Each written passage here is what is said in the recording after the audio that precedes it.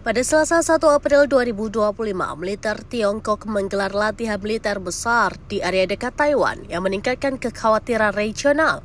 Xi Yi, juru bicara Komando Teater Timur Tentara Pembebasan Rakyat atau PLA Tiongkok, mengumumkan bahwa latihan ini melibatkan pasukan gabungan dari Angkatan Darat, Laut, dan Udara. Kementerian Pertahanan Taiwan mencatat bahwa 19 kapal perang Tiongkok, termasuk kapal induk Shandong, telah memasuki zona identifikasi pertahanan udara mereka. Sebagai respon, Taiwan mengerahkan pesawat dan kapal militer serta mengaktifkan sistem rudal darat.